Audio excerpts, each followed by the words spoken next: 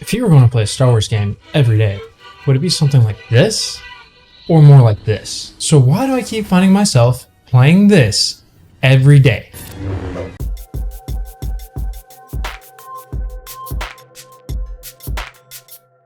Wait a second. Before we actually get started, do me a favor, tell me what your favorite Star Wars game of all time is down in the comments below. Now, let's talk about Star Wars Galaxies of Heroes. Star Wars Galaxies of Heroes is a mobile game developed by Capital Games and published by EA Mobile. The game is only on mobile platforms, so iOS and Android, and it is actually surprisingly good. For quick down and dirty, it's a turn-based RPG gacha style game, and the gacha system is what this whole game is developed around. We'll talk about that in Monetization. What this game does is it gives you a character and they go into a cantina and they're trying to get into a hollow table tournament and they're trying to beat all the other players, and their main nemesis is a Hutt. Go figure, right? The cantina expands as you progress in levels. So characters go from level 1 to level 85 based on the XP they get or the experience they get. And what happens is that you get introduced to little aspects of the game bit by bit. And as you look at the screen, you can see that there's a light side campaign, there's a dark side campaign, there's a cantina, and that's like a mixture of light side and dark side together. There's PvP up in the upper right. Then there's the Galactic War, which is a daily series of battles. It's 12 of them, and you go against really easy to really hard teams. And then you go through and there's guild stuff, and there's challenges on the daily, and there's Starfleet stuff that happens once you unlock to a certain level. And then there's going to be championships once you get to max level. You get to unlock shipments, and shipments are all the different in-game currencies that you can spend to buy other character shards. And then you have the store, which is where you can spend real world money, either for crystals, one of the in-game currencies, or just straight up spend $2 to $100 on different packs. And yes, I get it. Monetization, it keeps popping up, but that's because of the way the game's designed.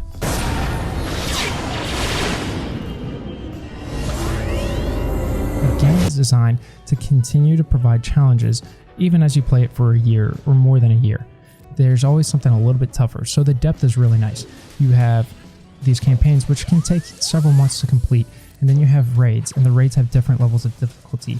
You go through and you have your heroes, and you're going from 1 star to 7 stars, level 1 to 85, getting your gear level up, getting mods up, and it makes them more powerful. And what this does is it allows you to take on tougher and tougher foes. And part of this is based on the mechanic. You aren't going through and swinging the lightsaber. You aren't shooting the blaster. The player's entire purpose is to find shards, find gear, find mods, and increase the power of these individual heroes, and then figure out how they work well on teams together. And team synergy is really what this game is about. So you can go through and have the Geonosian squad. You can have the Phoenix squad from Star Wars Rebels. You can have the Empire squad from the original trilogy. You can go through and just make really incredibly powerful squads. And these go through and they fight each other. And it's always against an AI controlled team. You never actually go live against another person. And that's just because it's really hard to sync up. But for the gameplay, this is like the old school turn-based games. You go through, it's all based on speed, so if your characters have slow speed, they're never going to get to attack. So you have to be really, really mindful of how you build these characters out.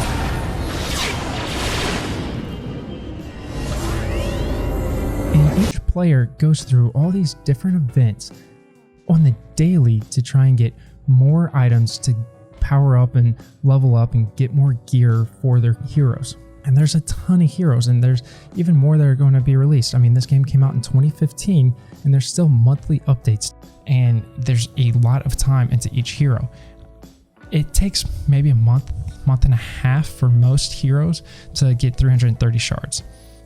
But you're limited by the amount of energy you have. So some of them are Cantina, and Cantinas are the easiest ones to get because you get a ton of Cantina energy every single day. But if it's through the light side or dark side battles, you can only do each battle 5 times. And this is where the gacha system really comes in, because it's randomized. You can do the battle 5 times, and one day you might get 5 character shards. The next day you might get none. So instead of being like, I'm getting 5 shards today, I'm getting 5 shards tomorrow, you might be, I'm getting 2 shards today, 1 shard tomorrow, 3 shards the day after. You don't know. It could take forever. It could be really quick to get your 330 shards. And that's where the shipments come in, because some characters are guaranteed to be in shipments and some are randomized. So you can go through and try and blast your way to get to a hero at 7 stars and some gear, but you still might not get it because the shipments are so random.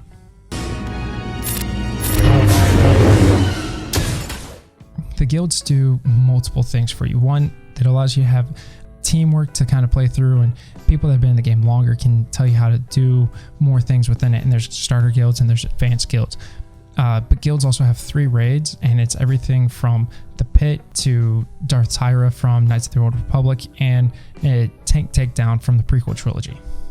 You do need a guild to progress in the game. You can only get certain gear and certain character shards that are necessary to progress through raids. So good luck trying to play this game solo.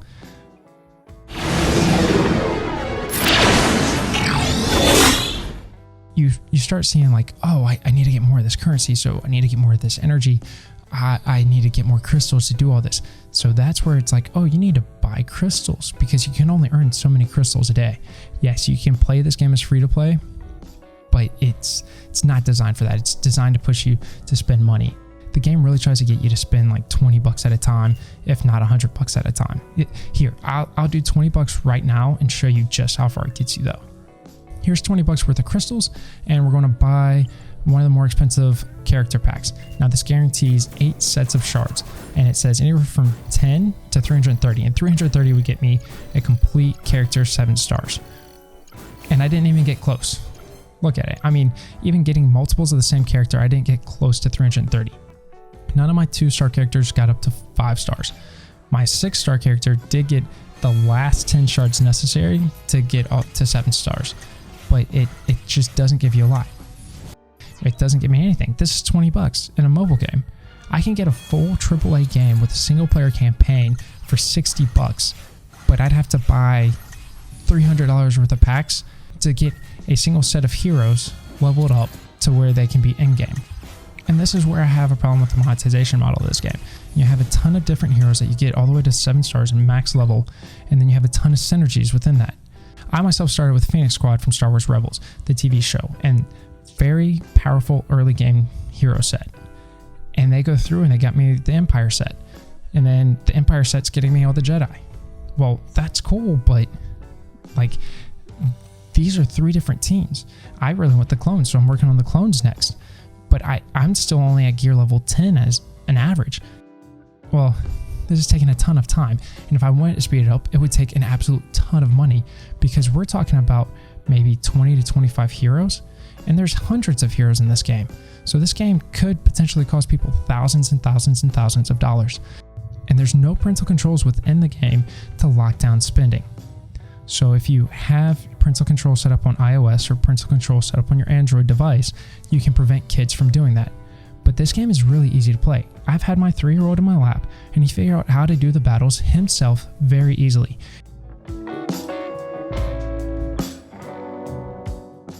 Let's move away from some of the bad for a second. Let's talk about the graphics and the audio. The graphics are actually comparable to, say, a PlayStation 3 or an Xbox 360. They're not bad. Mobile games and mobile gaming has moved into much better graphics as phones become much more capable. For the audio, it's an officially licensed Star Wars game, so you have officially licensed background music, you have officially licensed Star Wars sound effects, so everything sounds like it should be. That being said, there are some sound effects that aren't from the actual movies. It's the debuffs, it's using the force powers or something weird. It just doesn't sound Star Wars-y, it just sounds like a cheap mobile game for those sound effects. So I can't give it top-rated sound effects stars.